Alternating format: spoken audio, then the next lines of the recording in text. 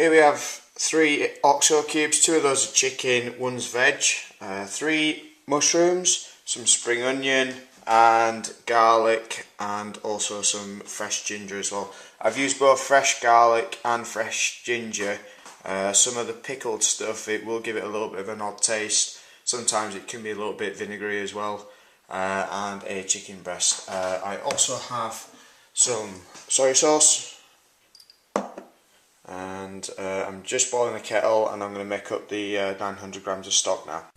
So I've just made the stock, give it a quick mix with a fork to make sure there's no lumps and stuff in there, but because we're cooking it for about 20 minutes, any of the stock will probably dissolve within the fluid. So I'm just going to add the stock to the pan.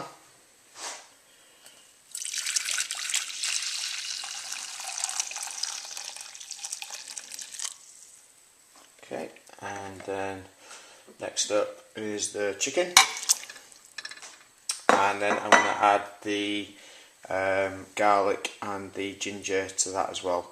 So it's really important at this point that you bring the liquid up to a boil.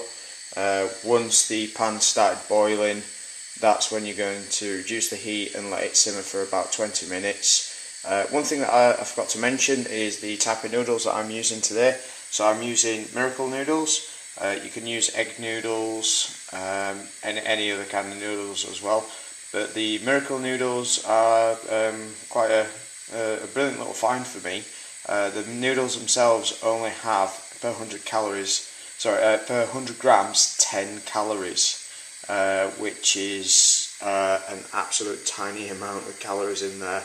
I'm going to be putting up a review about these noodles, so keep an eye on bradfordmma.com and spenner.co.uk, which is my review site, where I'll be putting a lot more information on about Miracle Noodles, but these things are awesome. I'll also put a video on there on how to actually prepare the Miracle Noodles as well. So, just going to bring that up to a boil. Don't forget to add the garlic and the ginger, and then we're going to let it simmer for 20 minutes. So as you can see, the soup base is now starting to bubble, so I'm going to partly cover that and then put 20 minutes on my timer so I know what's going on, and then in 20 minutes that's when we remove the chicken from the soup and shred the chicken up. Don't forget, guys, that you need to reduce the heat so that it's just simmering and not boiling anymore, otherwise you're going to have some pretty tough chicken. Okay, so I've taken the chicken out of the stock.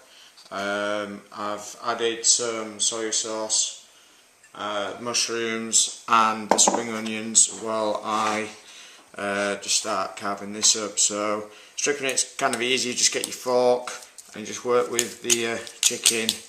Just keep going over, so you want like really thin pieces of chicken, like that. So I'm just gonna get through all the chicken, stick on the fork a little bit so you can see it starts running out a little bit there.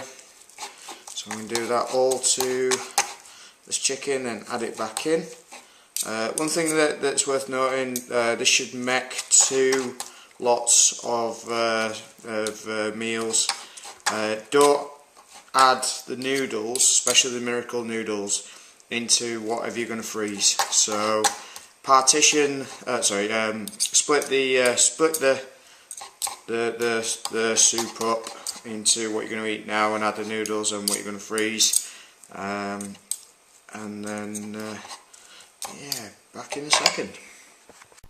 So that's the soup done. What I'm going to do is I'm going to split the soup up, first of all with this, using it to evenly distribute the mushrooms, chicken, all the food in there, and then I'm going to use a ladle, which is this, to distribute the actual soup sauce as well. I've prepared my Miracle Noodles, so they're pretty much ready. As I said before, with the noodles, don't freeze the noodles. So this is why we're separating the soup first, so I can evenly distribute the content, so you're not getting a meal later that may be mainly soup and no mushrooms and chicken in there. So there we have it, 2 portions of chicken noodle soup, also usually referred to as ramen in Japanese food. What you can also do with this, if you want it a little bit spicy, is you can cut some fresh chilli and just sprinkle a little bit over the top. I won't put too much, otherwise, well, unless you really like that. Bit of a note about any that you're freezing, let it cool first, and also make sure there is a gap so that the water can expand as it freezes. And before you eat it, make sure that it's fully thawed. And that's it. You can also add other meats to there to make it more like a ramen. So add some ham, some beef, cooked ham, cooked beef, all that kind of good stuff. But here we go.